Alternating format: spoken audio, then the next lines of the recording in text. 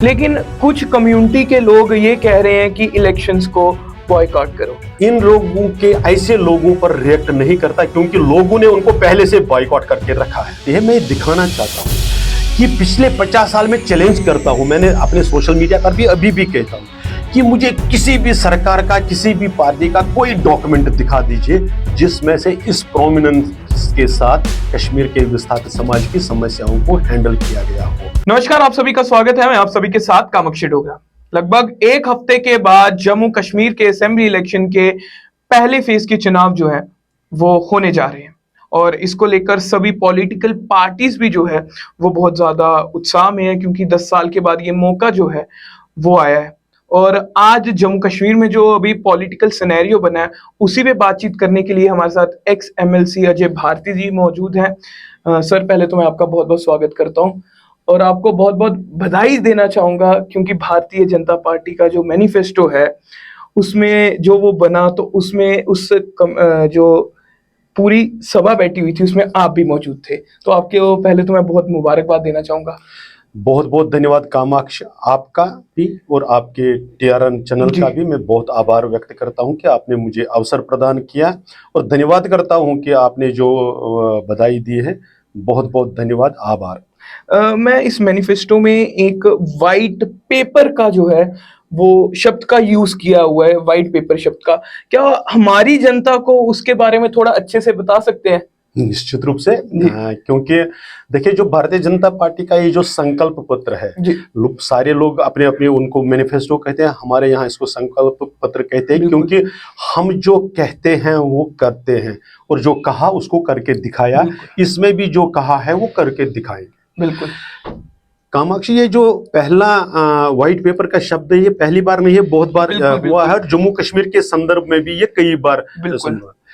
हमने जो कमिटमेंट की है, हमने जो वादा किया है कि जम्मू कश्मीर में जो अलगाववाद और आतंकवाद ये अपने आप नहीं उपजा, बिल्कुल इसको उपजाया गया, इसको फैलाया गया और उसमें जो सरकार में बैठे लोग थे उनकी रोल रहा है इसमें। बिल्कुल, तो हमने ये कहा है कि हम उन सारे को जांच करके उसमें से क्या निकलता है उस पर सबके सामने लाएंगे और अगर किसी ने अपने यहाँ की जो ड्यूटी थी, रिस्पॉन्सिबिलिटी थी, जो उससे एक्सपेक्ट था, उसमें अगर कोई गैर कानूनी काम किया है, जो हुआ है सब लोग मानते हैं, और खासकर कश्मीर का जो हिंदू समाज है, विस्थापित समाज है, माइनॉरिटी, रिलीजियस माइनॉरिटी है, इसमें से ये बहुत बड़ी डिमांड थी कि हमारे साथ जो ज्यादती हुई है इसमें सरकारी तंत्र का भी उतना ही रोल था।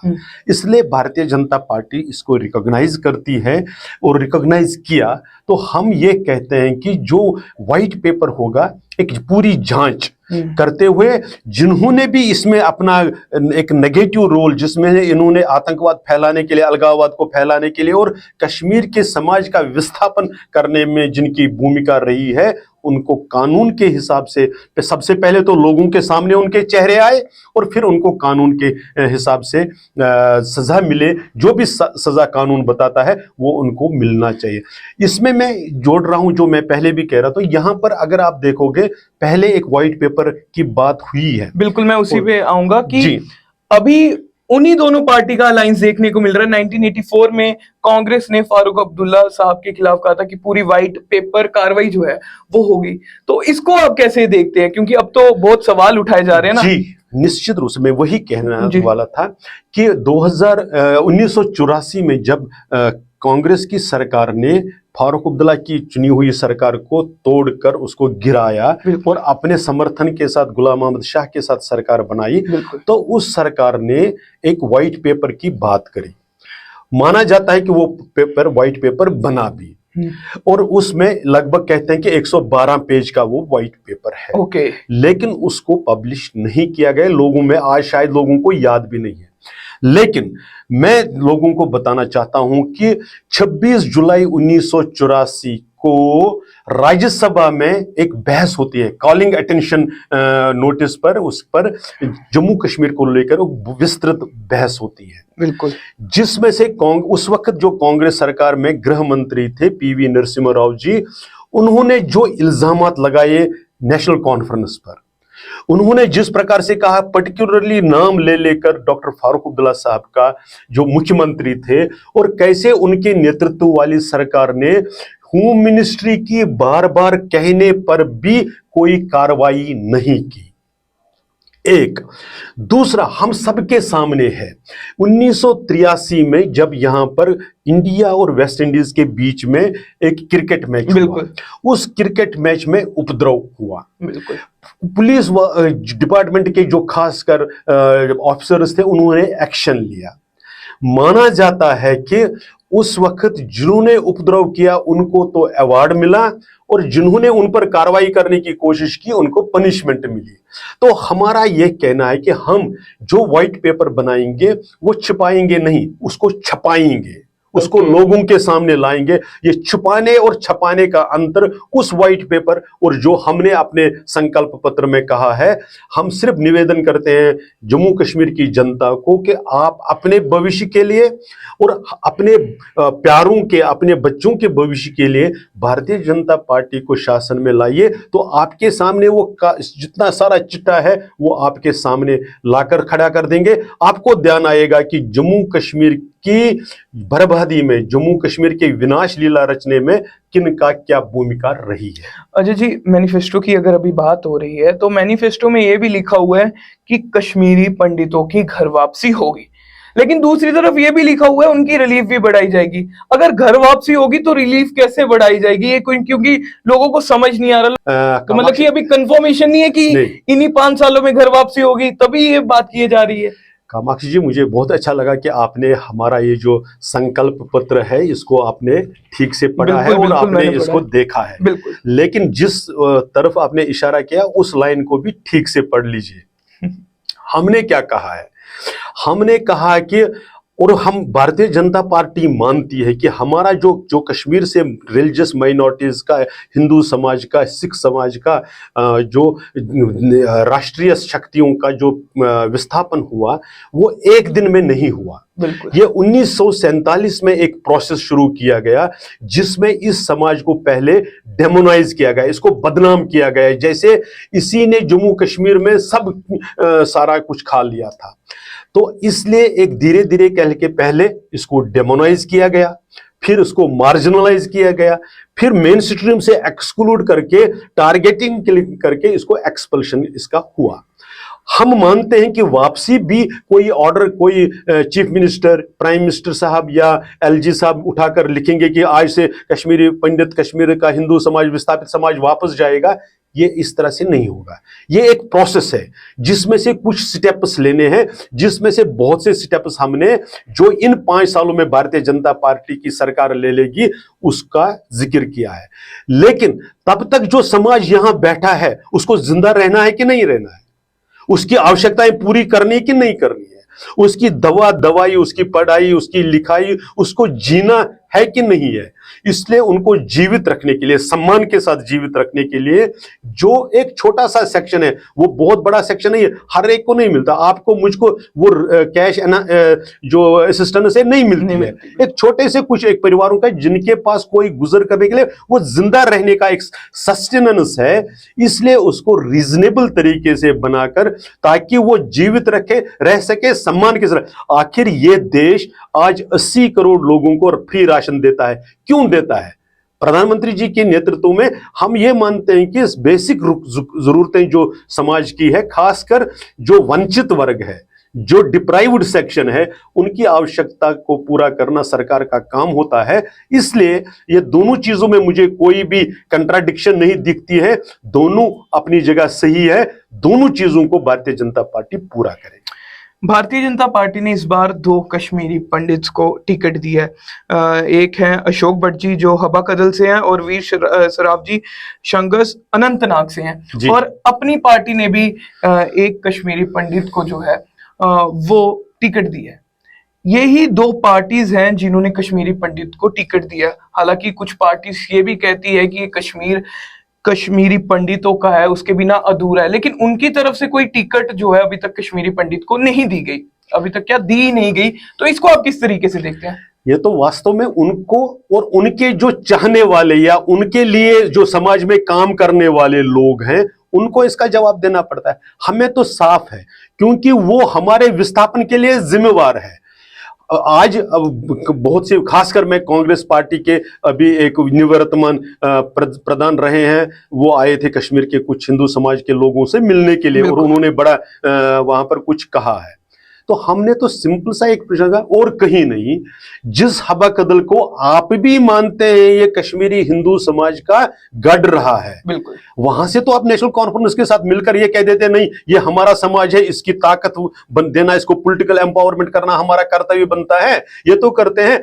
यही वास्तव में उनकी असलियत को दिखाता है कि वो लिप सर्विस के लिए कुछ भी करेंगे, बहुत कुछ कहते हैं, करते कुछ नहीं है। ये उन्होंने न केवल यहां पर, बल्कि चाहे हिमाचल हो चाहे कर्नाटका हो, उसमें करके भी दिखाया हो। मैं समाज को याद दिलाना चाहता हूं, भारतीय जनता पार्टी के प्रति जिनको खासकर नफरत है उनको याद दिलाना चाहता हूं, कर्नाटका के मैनिफेस्टो में इस पार्टी ने एक प्रॉमिस किया था कश्मीर के हिंदू समाज के साथ, कहा था कि हम एक बार आपको एक 25 करोड़ की ग्रांट देकर एक कल्चरल सेंटर बनाएंगे और उसको हर साल 1 करोड़ का मदद किया करेंगे।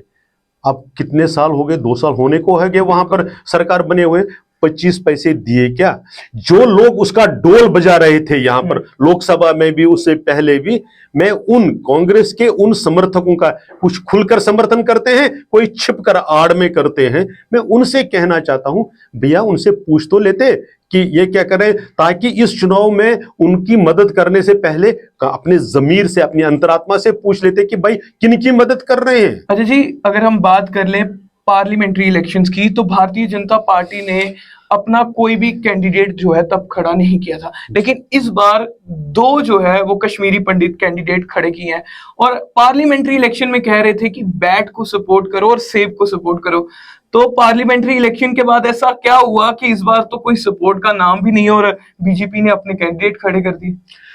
कामाक्षी जी, अगर आपको याद होगा, भारतीय जनता पार्टी ने तब भी जो बात कही थी उसी बात पर आज भी टिकी है। वो ये है कि जो खानदानी पार्टियां हैं, डायनास्टिक पार्टीज हैं, जो परिवारवादी पार्टियां हैं, उन्होंने जम्मू कश्मीर के साथ साथ सारे देश को बर्बाद किया है। हमारी जो प्रगति हो सकती थी उसको रोका, उसको बेड़ियां डालकर रोका, ये इन खानदानी पर, क्योंकि उनके लिए फैमिली प्रायोरिटी है। उनके लिए, अगर आप आज भी देखेंगे, परिवार में अब तीसरी चौथी जनरेशन को भी प्रमोट किया जा रहा है। तो हमने ये कहा था कि जम्मू कश्मीर की जनता को अपने लिए, अपने भविष्य के लिए, जम्मू कश्मीर के भविष्य के लिए इन डायनास्टिक पार्टीज को अलग रखना चाहिए। हम आज भी उसी पर कायम है। हाँ, हमने पार्लियामेंट में भारतीय जनता पार्टी के कैंडिडेट क्यों नहीं शुरू किए, उसमें नहीं खड़े किए थे, वो एक स्ट्रेटजी थी। हम मानते हैं क्योंकि एक इमोशनल ब्लैकमेल हो रहा है। अगर आज आप भी देखेंगे, आज भी बहुत, कोई टोपी उतारकर भीख मांग रहा है, कोई कुछ कर रहा है, इमोशनल अत्याचार किया जा रहा है। यू टर्न तो बार बार देखने को मिलता है। पंचायत इलेक्शन में कहा कि हम तो जब तक 370 वापस नहीं आएगा हम चुनाव का हिस्सा ही नहीं बनेंगे। लगा फिर कि ये तो नहीं होगा, फिर कहा नहीं नहीं, जब तक स्टेट नहीं बनेगी तब तक नहीं लड़ेंगे। फिर उस सब जगह, यानी न स्टेट आई अभी, न अभी 370 आया, लेकिन चुनाव में एक नहीं कई कई सीटों पर लड़ रहे हैं। इसलिए ये उनकी दिक्कत है। हम लोगों को ये कह रहे हैं कि देखिए, हमने आपके लिए, आपका दिल जीतकर आपके लिए जो हमने एक रोड मैप बनाया है, उस पर चलने के लिए इस बार भारतीय जनता पार्टी के तो बहुत से कैंडिडेट्स हैं, इसमें से माइनॉरिटी कम्युनिटी, क्योंकि हमारा नारा ही है, हम सबका साथ सबका विकास, इस नारे के साथ चूंकि चल रहे हैं, इसलिए चाहे वो किसी भी सेक्शन ऑफ सोसाइटी के साथ हो, उनको खड़ा करके ये बताया है लोगों को, इनको समर्थन दे दीजिए, अपना आशीर्वाद दे दीजिए और आप अपनी सेवा करवाइए इनसे।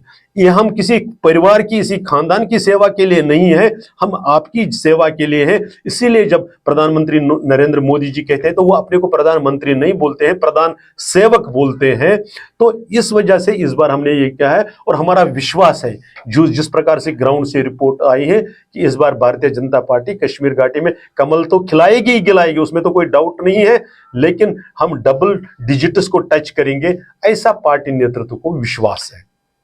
इस मैनिफेस्टो में इस बार एक पूरा चैप्टर जो है वो कश्मीरी पंडितों के लिए है, मैंने जो पढ़ा।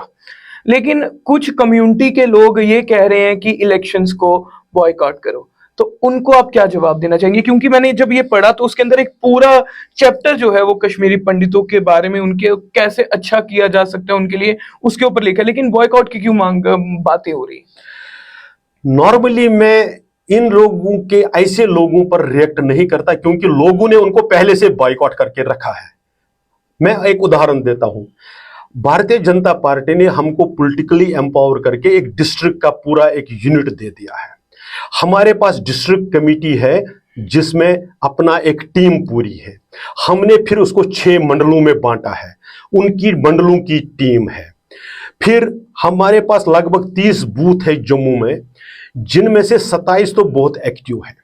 इन सब की टीम है। इन सब जो हमारे ऑफिस बियरर्स है, समझ लेना मैं क्या कहना चाहता हूं, इन सब की लिस्ट है, इनका फोन नंबर है। वो हर 3 महीने में हम डिस्ट्रिक्ट की मीटिंग करते हैं तो 150-200 लोग इकट्ठे होकर अपने को बीजेपी के साथ आइडेंटिफाई करते हैं।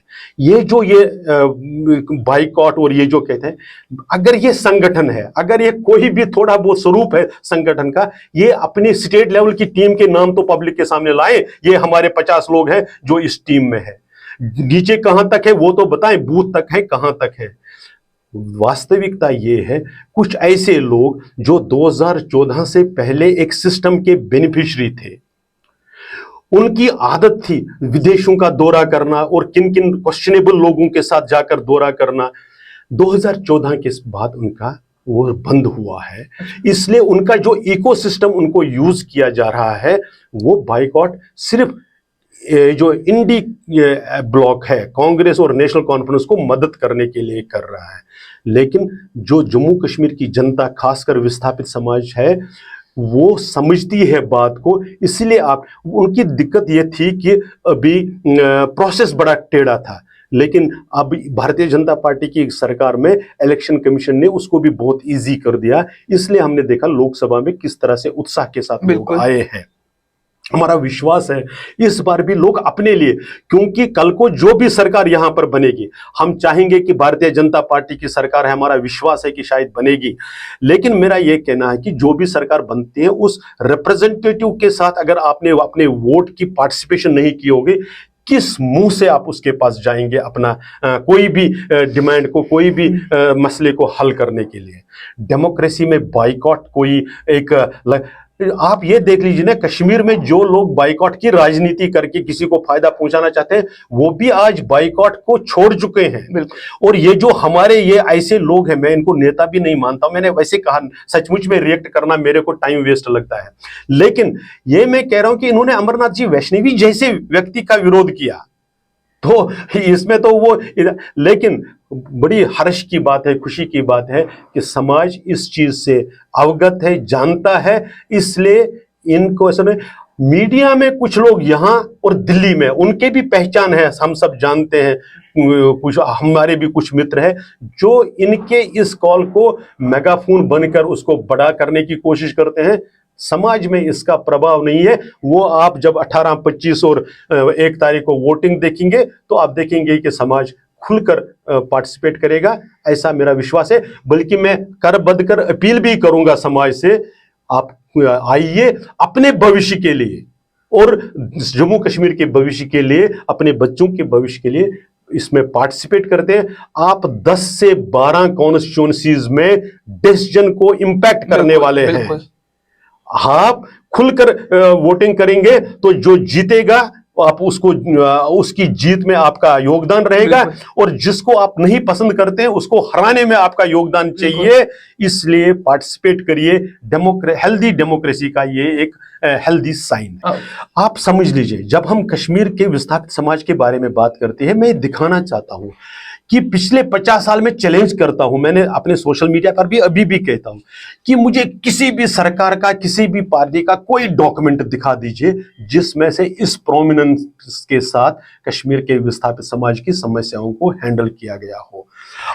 हमने जो भारतीय जनता पार्टी ने 25 वादे किए हैं, उनमें से 3 जगहों पर हमारे समाज की छाप है। पूरे जम्मू कश्मीर के लोगों के तो है, बाकी जो सारे जम्मू कश्मीर के लिए जो काम है वो तो है ही है, लेकिन 3 में से भी, चाहे व्हाइट पेपर, हमारी समाज की मुख्य डिमांड ये रही है। ऋषि कश्यप के नाम से कितने लोग ऋषि कश्यप को इग्नोर ही करवाना चाहते थे। उनसे जो हमारे सिविलाइजेशनल सिंबल्स है, हमारे मंदिर है, श्राइन्स है, उनका जीर्णोद्धार हो, उसके लिए हर साल ये हमारे आदरणीय गृह मंत्री जी ने जोर देकर प्रेस जब रिलीज कर रहे थे तब भी, और अपनी मीटिंग में भी कहा कि 100 मंदिरों को हर साल हम रेनोवेट किया करेंगे। बिल्कुल। और आप देख लीजिए, यहां पर टिकलाल जी का नाम इग्नोर करने का प्रयत्न हो रहा था। हमारे समाज के पहले शहीद, जिनको सिर्फ इसलिए शहीद किया गया क्योंकि वो समाज के टॉलेस्ट लीडरों में से गिने जाते थे, और उस वक्त जब उनकी शहादत हुई तो दिल्ली में प्रधानमंत्री राजीव गांधी थे कांग्रेस के, और यहां पर जो मुख्यमंत्री थे वो डॉक्टर फारूक अब्दुल्ला साहब थे। उनको इग्नोर करने की, यहां तक कि जो 22 अक्टूबर 1996 को असेंबली में जो रेजोल्यूशन पास हुआ, कंडोलेंस, शोक प्रस्ताव जब पास हुआ, उसमें टिकलाल जी को छोड़ दीजिए, किसी भी हिंदू का नाम तक नहीं लिया। ऐसे में भारतीय जनता पार्टी उनके नाम को इतना ऊंचा लेकर चली जाती, क्योंकि वो हमारे समाज की पहचान है। इसी प्रकार से अगर आप देखेंगे, हमारे पीएम पैकेज के जो एम्प्लॉयज हैं, उनके जो इश्यूज हैं, उनको इंक्लूडिंग ट्रांसफर पॉलिसी, उनको कैसे एड्रेस करेंगे। और इस सब से भी बढ़कर आगे, जिसको बाकी के लोग कहते हुए भी डरते हैं, थराते हैं, कांपते हैं, हमने उसको कमिटमेंट के तौर पर लिया है। वो लिया है म्युनिसिपल वोट और लोकसभा और पार्लियामेंट्री वोट को अलग करने के तरीके को जांचना। क्योंकि हम रहते अभी जम्मू में, मान लीजिए, या बाकी जगहों पर, जो हमारी जरूरत है, दैनिक जरूरतें, हमारी बिजली, पानी, सड़क, ये हमारा लोकल म्युनिसिपल कॉरपोरेशन करता है। हम पेमेंट भी उन्हीं को करते हैं। इसलिए इसमें, और जो पॉलिसी मेकिंग होती है, चाहे वो पार्लियामेंट का इलेक्शन हो या असेंबली का इलेक्शन हो, इसको दोनों को अलग अलग देखकर भारतीय जनता पार्टी ने वादा किया है। इसके साथ एक और बहुत बड़ी बात, हमारी अधिष्ठी देवी, हमारे जिनके नाम से हमारे इसको शारदा देश मानता है, ऐसे शारदा यूनिवर्सिटी का स्थापन करके हमारी जो सांस्कृतिक को यहाँ से इरेज करने की प्रयत्न की हो रहा था, उसको रोकते हुए अपनी संस्कृति को, सिविलाइजेशनल एथॉस को प्रिजर्व, प्रोटेक्ट और प्रमोट करना, ये इसका है। और मैं विश्वास के साथ कह सकता हूं, ये एक ऐसा ऐतिहासिक डॉक्यूमेंट है जिसको सदियों तक याद रखा जाएगा। भारती जी, मेरा आखिरी सवाल रहेगा, आपने जैसे कहा कि डबल डिजिट में जो है वो बीजेपी अपनी सीट्स निकालेगी, क्या बीजेपी जम्मू कश्मीर में जीतेगी? क्योंकि कुछ नेता जिन्होंने, जब लिस्ट आउट हुई उसके बाद बीजेपी को छोड़ा, उन्होंने प्रेस वार्ता करते कहा था 50 तो छोड़िए, बीजेपी 5 सीटें भी नहीं निकाल पाएगी। तो आपको क्या लगता है, क्या उनकी बात सच हो सकती है, या फिर बीजेपी इस बार जम्मू कश्मीर में आएगी? इस लोकसभा चुनाव में जो अभी अभी हुआ था, हमने देखा कि कुछ कंट्रीज के, जिसमें से वेस्ट की प्रमुख सारी कंट्रीज हैं, उनकी डीप स्टेट्स किस प्रकार से एक झूठा नैरेटिव प्रेजेंट करके और यहीं के कुछ एजेंट्स को खरीद कर पुश करने की कोशिश कर रही है, वो जम्मू कश्मीर में भी हो रहा है। अगर आपने कल ही देखा होगा, कांग्रेस के जो पुराने प्रदेश अध्यक्ष थे विकार रसूल वानी साहब, उनका स्टेटमेंट आया है, और उस स्टेटमेंट पर उमर अब्दुल्ला का रिएक्शन आया है। आप देख लीजिए उनके यहाँ क्या चल रहा है। विकार रसूल साहब कहते हैं कि मेरे को किस वजह से निकाला गया, उन्होंने अपने स्टेटमेंट में बताया। उमर अब्दुल्ला साहब कहते हैं हाँ, हमने इनको निकलवा दिया। उनके जो स्टेटमेंट का मतलब है वो यही निकलता है। तो इसलिए हर पार्टी में ये सेम है, ऐसा नहीं है कि मतलब, बल्कि बाकी हमारे यहाँ फिर भी एक चीज अगर आप देखेंगे, क्योंकि देखिए हर एक को पॉलिटिकल एस्पिरेशन होती है। मैं भी चाहता हूं कि मैं भी एमएलए बनूं, मैं भी मंत्री बनूं, मैं भी मुख्यमंत्री बनूं, लेकिन है तो सीटें 90 ही। उसमें अगर कैंडिडेट ज्यादा है, एस्पिरेंट ज्यादा है, टिकट एक को मिलेगी, लेकिन हमारे यहाँ संभालने वाले भी और समाज के साथ जुड़े होने के नाते सब समझते हैं कि ठीक है एक को मिलेगी तो दूसरे उसका सपोर्ट में करेंगे। आपने देखा होगा चाहे हमारे डॉक्टर निर्मल सिंह जी हो चाहे बाकी सारे हो, किस ढंग से उसको हैंडल किया है। और हमारी जो सेंट्रल लीडरशिप है, ठीक है ये मनमुटाव कुछ दिन रहता है क्योंकि लेकिन प्रेस वार्ता हुई है पूरी, क्या है कि 5 भी निकालना मुश्किल है। ये 8 अक्टूबर को जब परिणाम आएगा ये तब पता चलेगा। बाकी कोई एक चीज तो मैं क्लियर कहूंगा कि जो भी पार्टी से अलग होकर कहीं गया है, मैं बहुत ही एक विनम्रता के साथ कहता हूं, उनका इतिहास भी देखेंगे तो अच्छा नहीं रहता है। ठीक है, बहुत बहुत धन्यवाद धन्यवाद जी हमारे साथ बातचीत आभार। करने के लिए। और सभी जनता से जो ये वीडियोस देख रही है उनसे यही रिक्वेस्ट रहेगी कि जब भी आपके फेस के चुनाव हो वोट जरूर डालिए, क्योंकि अगर आपने किसी को भी डालना है, किसी भी पार्टी को डालिए, किसी जो पार्टी आपको पसंद है, लेकिन वोट जरूर डालिए, क्योंकि यही हमारी डेमोक्रेसी की खूबसूरती है। ये एक वोट आपको इतनी ताकत देता है कि आप जो है अपने एरिया का एमएलए, अपने एरिया का जो भी व्यक्ति जिसको आप पसंद करते हैं, जो इलेक्शंस में खड़ा है, उसको जिता भी सकते हो और जिसको नहीं पसंद करते उसको हरा भी सकते हो। और अपडेट्स के लिए जुड़ रही है हमारे साथ। मुझे दीजिए इजाजत। जय हिंद, जय भारत।